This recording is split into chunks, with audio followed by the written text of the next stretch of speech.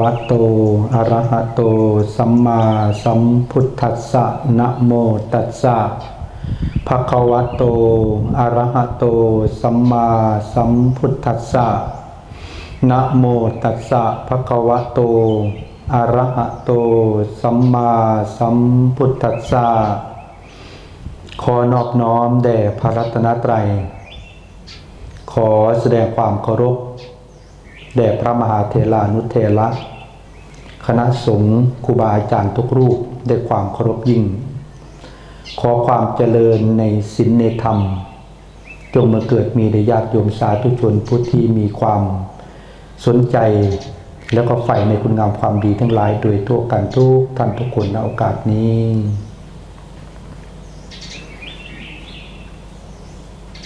สำหรับช่วงต่อไปแต่เราจะได้ฟังการกล่าวสัมโมทิยกถาอาตมาขออนุญาตให้โยมได้วางมือลงเมื่อนี้อาตมาเองได้เป็นตัวแทนของคณะสงฆ์จึงได้รับมอบหมายจากพระอาจารย์ถนอมผู้ที่เป็นประธานในการจัดงานเพื่อเป็นการรำลึกถึงคุณงามความดีของหลวงพ่อพระผู้เกยเฮาที่เพิ่นได้ละสังขารไปหลายปีณสถานที่ตรงนี้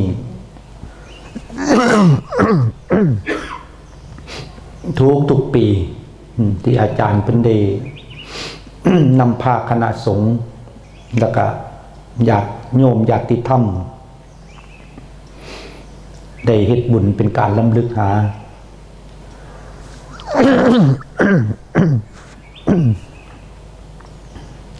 อากาศเย็นๆแล้วโรคภัยไข้เจ็บก็เรื่องมีมาแล้วได้เนาะ ขออภัยหลายๆถือว่าเป็นความโชคดีของลูกศิษย์ลูกหาหรือว่าญาติโยมญาติธรรมที่มีผู้พาเหตุพาธรรมแล้วก็เป็นโอกาสทุกปีนี้เป็นโอกาสจังใดติเป็นโอกาสของผู้ที่ต้องการที่จะแสวงบุญหรือว่าขวนขวายในการทำบุญทำกุศลให้กับตนเองให้กับครอบครัวโดยเฉพาะผู้ที่เป็นเจ้าภาพไม่ว่าจะเป็นเรื่องข้าวปลาอาหารหรือว่าค่าใช้จ่ายต่างๆในงานโดยอาศัยงานของเป็นการเท่าว่าเมื่อกี้ว่าเหตุการณ์อุทิศบุญอุทิศบุญแต่ที่จริงล้ำลึกนึกถึงแค่เรามหอดตรงนี้แล้วอาตมาคิดว่าหลวงพ่อพระผู้เกยเฮาบุญเป็นคือสิหลายอยู่ดอกบวชหลายพรรษาสร้างกุฏิสร้างศาลาสร้างโบสถ์สร้างเจดีย์สร้างวัดวาศาสนาตรงนี้จะเจริญรุ่งเรืองพอสมควรจนได้เป็นที่พึ่งพาอาศัยของลูกศิษย์ลูกหาที่อยู่เบื้องหลังแต่บุญเพิ่นคือสิหลายเบิ่งแล้วแต่ว่าถึงสิหลายสำเร็จก็ตามการที่เฮาเฮ็ดให้เป็นการเพิ่มการเสริมให้หลายตัวใดก็แห่งดีบุญมันบ่หนักดอกเนาะมีหลายสำใดบ่หนักนั่นแหละได้หลายสำใดแห่งดีเราเรื่องบุญเพราะว่าบุญมันเป็นที่พึ่งของสัตว์โลกทั้งในโลกนี้แล้วก็โลกหน้าเพราะทุกคนก็ยอมอาศัยบุญนั่นแหละ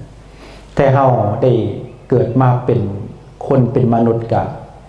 อาศัยบุญกุศลที่ได้เฮ็ดได้ทำได้สร้างตั้งแต่อดีตแล้วบัดนี้เฮาก็เลยมาเฮ็ดบุญใหม่เสริมบุญเก่าต่อไปอีกให้หลายขึ้นไปนี่คือสิ่งที่เฮาเฮ็ดเฮาทำนั่นแหละแต่ว่าตรงนี้อาจารย์ถนอมเป็นพาเฮ็ดดุในกับดูถึงผู้คนนี้ก็ลงมาทางในวัดของพระผู้เกยตรงนี้ เฮ็ดอยู่ตลอดก็เลยเป็นความโชคดีของพี่น้องเฮาที่เป็นญาติพี่น้องที่อยู่ตรงนี้นั่นแหละได้ตุ่มได้โฮมกันซอยกันเป็นเจ้าภาพซอยกันอุปถากอุปถัมภ์ตรงนี้นั่นแหละนี่เป็นความโชคดีมองอื่นนี่หายากอยู่เด้ผู้ที่จะมาพาเฮ็ดพาทำตรงนี้หายากนั่นแหละแต่ว่าอาตมาสถานที่ตรงนี้ย่ำใดก็คิดเห็นย่ำใดเห็นบอกมาแล้วคิดฮอดเพิ่นเนาะคิดฮอดเพิ่นคิดฮอดเพิ่นคิดฮอดหลวงพ่อพระครูเกยเฮานี่ล่ะย่ำหายก็หายได้เว้าปุ่งๆแล้วอาตมาถึกหายดุแต่พอหลังจากเพิ่นจากไปแล้วคิดฮอดเปรียบเทียบคือกันกับพ่อแม่ให้ลูกให้หลานเนาะพอหลังจากพ่อแม่ล้มหายตายจากไปแล้วลูกหลานบางคนคิดพ่อคิดฮอดคิดเห็นคำเบาคำจาเพิ่นคิดเห็นคำเพิ่นหายคำเพิ่นบอกเพิ่นสอนนั่นแหละทุกสิ่งทุกอย่างตัวนี้เป็นห้อยตีนห้อยมือของครูบาอาจารย์ได้เฮ็ดได้ทำได้สร้างไว้ลักษณะนี้แต่เฮาเฮ็ดนี่คือเป็นการล้ำลึกหานึกถึงบุญคุณนี่เป็นลูกศิษย์ลูกหาตรงนี้แล้วลูกศิษย์ลูกหาก็เลยถือโอกาสได้สร้างบารมีให้เจ้าของพร้อมมารีไซเคิลเอาคุณงามความดีเฮ็ดเพิ่มเติมเพิ่มขึ้นไปเรื่อยๆพอจิตใจของเฮานี่จิตใจดวงนี้มันเวียนว่ายตายเกิดมาหลายภพหลายชาติเนาะจบสิ้นบ่เป็นนั่นแหละเพราะฉะนั้นก็เลยถือโอกาสมาพัฒนาดวงจิตดวงใจของเฮานี่ล่ะกิเลสตัณหาก็อยู่ตรงมองนี่ล่ะความโลภโกรธหลงนี่เต็มอยู่นี่สติปัญญาถ้าเฮาสิให้มันเกิดเฮาก็อยู่นำดวงจิตดวงนี้ล่ะพัฒนาเอามาสร้างเอาในสิ่งที่มันดีมันงามตรงนี้นั่นแหละเพราะฉะนั้นก็เลยเบิ่งแล้วเฮาเกิดแล้วตายตายแล้วเกิดอาจารย์หลวงพ่อพระครูเกิดมันก็จากไปแล้วนั่นแหละถ้าเกิดว่าเพิ่นบ่ทันได้ไปเขาสู่มรรคผลนิพพานก็เพิ่นก็อาจจะกลับมาอีกกลับมาสร้างบารมีต่อไปอีกแต่ถ้าเพิ่นไปสู่มรรคผลนิพพานแล้วก็จบไปอันนี้เฮาก็บ่สามารถที่จะรู้ได้เนี่ยก็เหลือแต่เฮาบัดนี้เหลือแต่เฮาก็ต้องพัฒนาต่อไปนั่นแหละสร้างเสริมบุญบารมีของเฮาบ่ว่าสิเป็นสิรวยสิจนอยากมีเข็นใจจังได๋ก็ตามเจ็บไข้ได้ป่วยแนวใดก็อย่างแต่สิ่งที่เฮาบ่ได้ปฏิทินคือการสร้างความดีให้เจ้าของเพราะแต่ว่าสำหรับผู้ที่สุขภาพร่างกายจังซี่บ่ค่อยแข็งแรงแบบนี้ก็สามารถเฮ็ดได้คือกันแต่ว่าต้องมีความอดทนเพิ่มขึ้นหลายขึ้นกว่าเก่ามีความภาคเพียรหลายขึ้นกว่าเก่ามีขันติหลายขึ้นโดยเฉพาะผู้ที่มีโรคในร่างกายมีอาจจะเป็นอุปสรรคต่อการประพฤติการปฏิบัติแต่ก็บ่เหนือวิสัยนะผู้เฒ่าจังซี่ลังเทื่อนี่เจ็บแข้งปวดขาจังซี่ก็เฮ็ดได้แต่อาจจะมีความเพียรเพิ่มขึ้นนั่นแหละเพราะว่าเฮาฮู้ว่าเรื่องร่างกายของเฮาบ่ปกตินั่นแหละอันนี้เรื่องสังขารร่างกายแต่สำหรับผู้ที่สุขภาพร่างกายแข็งแรงร่างกายจิตใจก็ดีแล้วบัดนี้การพัฒนาการสร้างบารมีของเฮาก็อาจสิง่ายขึ้นเพราะร่างกายจิตใจมันมีกำลังมันมีกำลังแล้วก็สู้แต่กิเลสในใจกับกำลังคือกันได้ล่ะเช่นเราแต่กิเลสตัณหาในจิตในใจของเฮาเนี่ยแค่เฮาฉลาดมันก็ฉลาดคือกันเช่นเราแต่เก่งแต่ได้เพราะว่าหยังที่เพราะมันอยู่กับเฮามาหลายภพชาติบางเทื่อเฮาก็หลงละเลิงไปกับมันบางทีก็ลุ่มหลงไปก็อาจจะนำพาชีวิตไปเฮ็ดไปสร้างไปทำในสิ่งที่มันบ่ดีบ่งามบ่ถูกต้องตามคำร้องของธรรมจังซี่ก็แฮ ห่งเป็นการสั่งสมกิเลสไปอีกโดยเฉพาะความหลงเป็นบาดฐานโมหะความลุ่มหลงโกรธหลงโลภมีความโลภก็มีความหลงเป็นบาดฐานย้อนมันหลงนั่นแหละเพราะฉะนั้นจึงแต่ละงานที่ครูบาอาจารย์เพิ่นจัดขึ้นมาจึงมีการสวดมนต์ไหว้พระมีการเจริญสมาธิภาวนาเนี่ยสิ่งที่ครูบาอาจารย์เพิ่นบอกปะบ่ทิ้งย้อนว่าอยากให้ลูกศิษย์ลูกหาหรือว่าอยากให้โยมได้รู้ได้เห็นได้เข้าใจในชีวิตในความเป็นอยู่เจ้าของจิตใจของเฮานี่มันอยากบอกอยากสอนอยากเติบอยู่เด้ดื้อมึนก็มัดตัวนี้อยู่นำเจ้าของนี่สำหรับผู้เว้าเคยสังเกตเคยซ่อมเบิ่งนั่นนะบ่แม่นธรรมดานั่นแหละแนวดื้อแนวมึนก็สุดอยู่นี่บอกยากไปอยู่นี่เพิ่นยังว่าสอนผู้ใดก็บ่ยากทำสอนเจ้าของมันแม่นอีหลีสังเกตได้ครูบาอาจารย์ในอดีตที่ผ่านมาจังมีการเดินธุดงค์เข้าป่าของเขาอยู่ในถ้ำในเหวฝึกฝนเจ้าของทรมานกิเลสเจ้าของ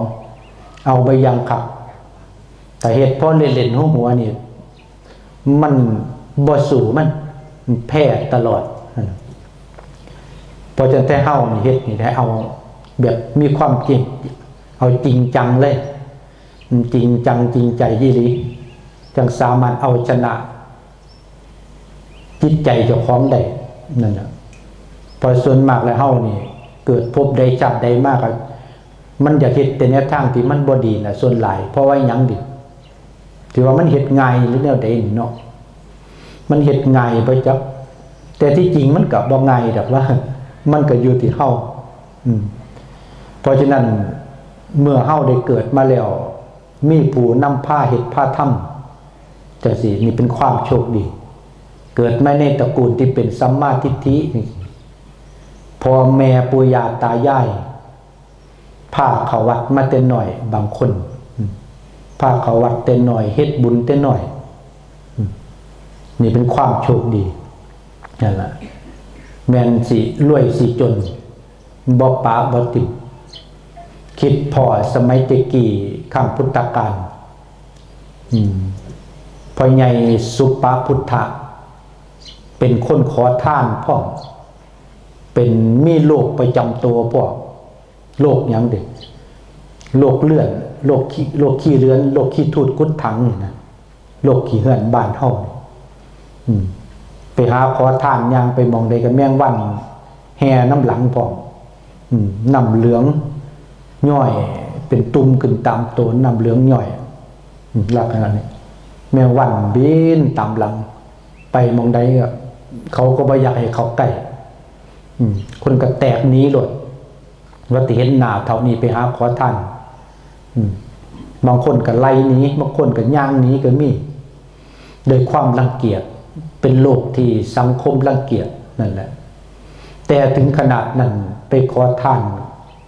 มีโอกาสได้ไปฟังธรรมขององค์สมเด็จพระสัมมาสัมพุทธเจ้าก็ยังได้เข้าใจธรรมได้เห็นบ่คล้ายๆกับว่ามีกรรมในด้านหนึ่งแต่บุญในการเข้าใจในศีลในธรรมมันก็ยังมีอยู่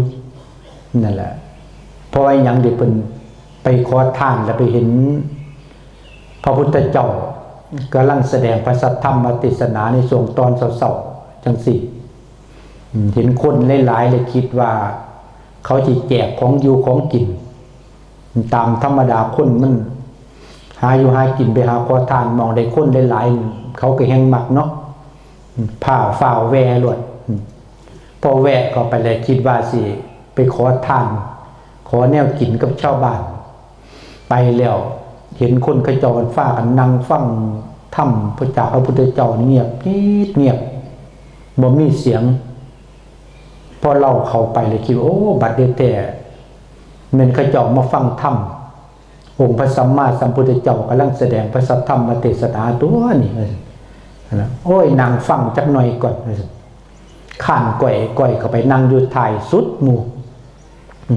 สิเขาไปไกลหมู่ก็ยันหมู่รังเกียจน้องเจ้าของเป็นโรคขีดทูดกุดถังโรคเลือดตามโตเป็นตุ่มเป็นหนองน้ำเหลืองน้ำหนองย่อยอยู่กับมีกัดนิ้วตีนนิ้วมือทั่วเมื่อตามตัวนั่นแหละเลยเป็นนางใกล้ๆนางใกล้ๆหมู่ซ่อมฟังไปนำพอหลังจากองค์พระพุทธเจ้าแสดงพระสัทธรรมเทศนากะเรื่องอนุบุพพิกฐานกะน้อมกระแสจิตไปตามพระสัทธรรมเทศนาพอหลังจากแสดงธรรมจบปุ๊บนี่เรามีความเข้าใจมีความเข้าใจในธรรมที่พระพุทธเจ้าแสดงนั่นนะสิ่งใดสิ่งหนึ่งมีความเกิดขึ้นเป็นธรรมดาสิ่งนั้นก็มีความดับไปเป็นธรรมดามีความเข้าใจจิตใจมันเกิดแช่มชื่นเบิกบานขึ้นมาคือกันกับดอกบัวมันพร้อมที่จะบานแล้วพอโดนแสงอาทิตย์มาต่องกันปั๊บก็บานได้แสดงว่าบุญวาสนาบารมีของพ่อใหญ่สุปปพุทธะเนี่ยมีในด้านนี้อยู่แล้วนั่นแหละแต่ว่าที่ได้เป็นโรคเลื่อนแล้วก็เป็นคนขอทานเป็นคนทุกข์คนยากคนขอทานกันน่าจะเป็นกรรมเก่าบ่ได้สร้างมาในด้านนี้แค่นสิเว้าภาษาชาวบ้านเฮาก็เรียกว่าบุญกะหาบบาปกะหามเอามาพร้อมกันแต่ว่าบุญบารมีทั้งธรรมบังเกิดขึ้นพอดีเลยเข้าใจ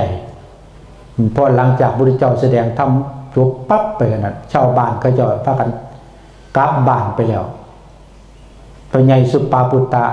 ฝ่าวข้านเข้าไปหาพระพุทธเจ้ากราบแล้วกราบอีกมีความเข้าใจกราบแล้วกราบอีกบ่เบื่อบ่อิ่มนั่นแหละมีความเริ่มใส่ศรัทธาเพราะว่าผู้ที่เขาถึงธรรมขันธ์พระโสดาบันนี่ศรัทธาจะมีความมั่นคงบ่มีความงอนแง่นคลอนแคลนบ่มีความสงสัยบ่สงสัยในพระพุทธเจ้าบ่สงสัยในพระธรรมบ่สงสัยในพระสงฆ์บ่สงสัยในเรื่องบาปบุญคุณโทษนรกสวรรค์มรรคผลนิพพานความสงสัยบ่มีตรงนี้หลังจากกราบเรียบร้อยแล้วหลังจากนั้นลาพระพุทธเจ้าไปหาขอทานต่อเห็นครูบาอาจารย์เป็นเทศแห่งคือว่าร้องเพลงไปนำเพาะไปจังพุทธังสรณังกัจฉามิธัมมังสรณังกัจฉามิสังฆังสรณังกัจฉามิเพราะฉะนั้นแสดงเบิ่งแล้วมาคิดเบิ่งแล้วนี่การเข้าใจธรรมนี่เรื่องเกี่ยวกับบ่ได้เกี่ยวว่าสิรวยหรือสิจนบ่ได้เกี่ยวว่าสิเป็นคนดีเป็นคนเจ็บคนป่วยสุขภาพร่างกายแข็งแรงบ่แข็งแรงตัวนี้บ่ได้มีตัวบ่แม่นตัวมาขวางมากั้นเลยตัวนี้นั่นแหละสามารถเข้าใจได้นั่นแหละเมื่อบุญบารมีเต็มมาฮอดมาถึงอันนี้เรียกว่าการประพฤติการปฏิบัติจิตใจของเฮานี่เป็นสิ่งที่สำคัญนั่นแหละเป็นสิ่งที่สำคัญที่สุดเพราะฉะนั้นจึงมีการมาพัฒนามาอบรมจิตตะภาวนาคือพัฒนาใหม่มารีเซ็ตขึ้นให้มันดีมันงามเอาดวงจิตตัวเก่าเนี่ยให้ฉลาดขึ้นมีสติมีปัญญาให้มันไหลขึ้นนั่นแหละตัวสติเป็นตัวสำคัญเห็นหลวงปู่ครูบาอาจารย์สติสามารถเฮ็ดให้เกิดอริยะเจ้าแต่ปัญญาเป็นตัวตัดกิเลสเพราะปัญญามันเป็นอาวุธตัวตัดกิเลสได้แต่ถ้าสติกับปัญญาต้องไปน้ำกันกลมกลืนกันนั่นแหละถ้าปัญญาหลายสติหน่อยมันก็ปัญญาหลายผลมันเตลิดหลวงปู่ท่องใบเพิ่นบอกว่าถ้าคนมีสติหลายมันจะเป็นนายของปัญญาแต่สติหน่อยเรือนี่มันจะเป็นถาดของปัญญาที่จริงปัญญานี่ว่างไว้ใช้ก็ได้เป็นแต่ปัญญาเป็นตัวตัดกิเลสแต่ตัวสติ เฮ็ดให้เกิดอริยะเจ้าหลวงปู่เพิ่นบอกเพิ่นสอนเคยไปสนทนาธรรมกับเพิ่นเทื่อนึงเพราะฉะนั้นจึงเฮาจึงให้ฝึกเอาบ่ว่าสิเป็นเรื่องการนั่งการนอนการอยู่การกินสามารถฝึกได้ตลอดสตินี่ฝึกได้บ่ให้มันพยายามให้มันต่อเนื่องนั่นน่ะนี่แหละการจัดงานขึ้นมาแต่ละเทื่อนี่เรื่องเทื่อก็อาศัยการจัดงานอาศัยงานของครูบาอาจารย์เป็นเหตุแต่จุดประสงค์จริงๆแล้วก็คือเฮาเฮ็ดเพื่อพัฒนาของเฮาเองขวนขวายตัวของเฮาเองเฮาเฮ็ดเฮาได้นะว่าง่ายๆเฮ็ดเพื่อครูบาอาจารย์ก็จริงอยู่แต่ที่จริงเฮาผู้เฮ็ดเป็นผู้ใดเป็นผู้ใดเป็นงานล้ำลึกหาเป็นงานอุทิศหาครูบาอาจารย์ก็แล้วแต่หรือว่าบรรพบุรุษของเฮาบ่ว่าสิเป็นปู่ย่าตายายพ่อแม่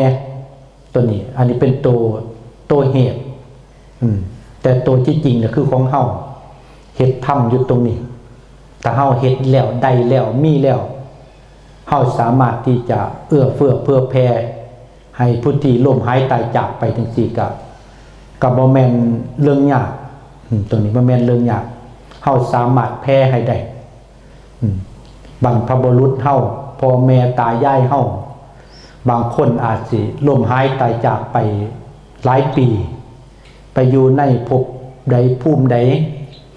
เฮาบ่สามารถที่จะรับรู้ได้ตัวนี้แต่ว่าสิ่งสำคัญที่สุดคือนี่แหละเฮาไปเฮ็ดตามหน้าที่เป็นหน้าที่ของลูกของหลาน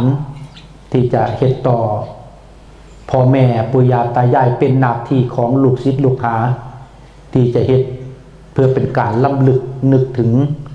บุญถึงคุณของครูบาอาจารย์เพราะว่าเฮาได้พึ่งพาอาศัยกระย่อนครูบาอาจารย์เป็นตรงนี้บอกมาถึงตรงนี้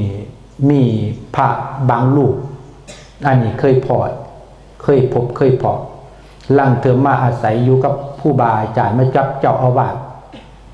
รับหลังก็ไปจมไปติเคยมาติให้อาตมาฟังก็เคยไปอยู่ในเจ้าอาวาสวัดนั่นติว่าเพิ่นบ่ดีจังซั่นว่าเพิ่นบ่จบจังสิอาตมาก็เคยถามบ่บวชมาสักพรรษาแล้วบอกง่ายๆว่าถามว่าศาลาที่ท่านนั่งสันเขาอยู่หั่นกับเจ้าอาวาสเพิ่นนี่เป็นผู้สร้างกุฏิที่ท่านไปนอนอยู่คู่มือน่ะก็คือเจ้าอาวาสเพิ่นได้สร้างจังได๋ไปนอนอยู่หั่นห้องน้ำจะไปนั่งทายคู่มือ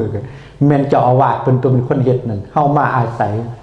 วัดก็ยังสร้างคือเพิ่นบ่ได้ไปตีเพิ่นบ่ได้เด้คือเลยว่าจังซี่ถ้าสร้างวัดได้คือเพิ่นเฮ็ดได้คือเพิ่นแล้วจังตีจังว่าอาตมาก็เลยบอกสอนขึ้นไปนะเพราะฉะนั้นอันนี้ลังเทื่อก็ต้องคิดพิจารณาเบิ่งนั่นแหละเพิ่นดีบ่ดีก็เรื่องของเพิ่นไปตรงนั้นนั่นแต่สิ่งสำคัญที่สุดสิ่งที่เพิ่นเฮ็ดเพิ่นทำเพิ่นสร้างมาให้เฮาได้พึ่งพาอาศัยถือว่าเป็นบุญอันดีอันงามแล้วตรงนี้แต่ว่าอาตมาก็ถือว่ามีโอกาสได้มารวมมาลำลึกหาตรงนี้ก็ถือว่าเป็นบุญทั้งสองฝ่ายเป็นบุญของอาตมาพร้อมแล้วก็เป็นบุญของญาติของโยมพร้อมตรงนี้แล้วก็ในเสาร์ของมื้อนี้ในมื้อแลงได้ยินว่าสิมีการแสดงธรรมตลอดคืนสดแจ้งนั่นแหละผู้ใดอยากมีกำลังพ่อกำลังกายกำลังใจกับมาตุ่มมาโฮมมารวมขวนขวายน้ำกันตรงนี้ในช่วงค่ำคืนนี้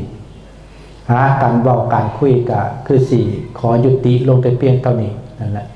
ก็ขออนุโมทนาสาธุการกับพ่อแม่ครูบาอาจารย์ทุกรูปทุกองค์ที่มารวมมาซอยโดยมีพระอาจารย์ถนอมเป็นประมุขประธานพระอาจารย์ประกอบ